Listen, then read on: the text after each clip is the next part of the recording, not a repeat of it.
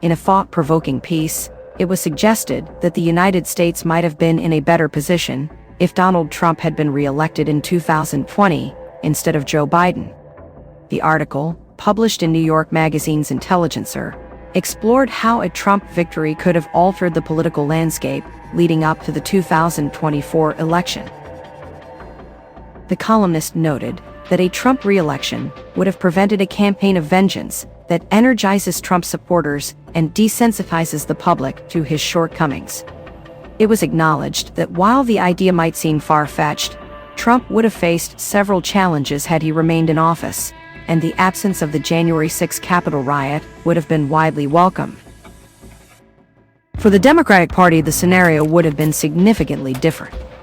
Joe Biden, after a defeat, would have gracefully ended his political career in 2021.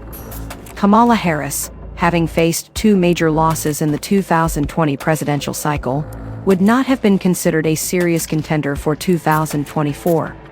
This would have allowed for a more traditional nominating process within the Democratic Party, potentially bridging divisions between its progressive and establishment wings. A Trump win in 2020 might have allowed Democrats to avoid addressing key issues that later became focal points for Trump's 2024 campaign, such as immigration, inflation, and concerns about Biden's age. The Democratic Party would not have had to defend record inflation, uncontrolled immigration, or other contentious issues. There would have been no exposés about an aging Democratic president struggling to maintain power. Instead, Democrats could have positioned themselves for a fresh start and a likely victory in 2024 without alienating key constituencies or facing discontent from younger voters. The columnist argued that the Democratic administration's alignment with several negative realities enabled Trump's political resurgence.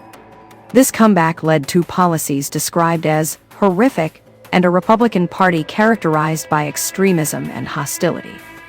Furthermore, it left the Democratic Party without a clear path forward. Ultimately, the columnist concluded that it might not have been worse if Trump had won in 2020.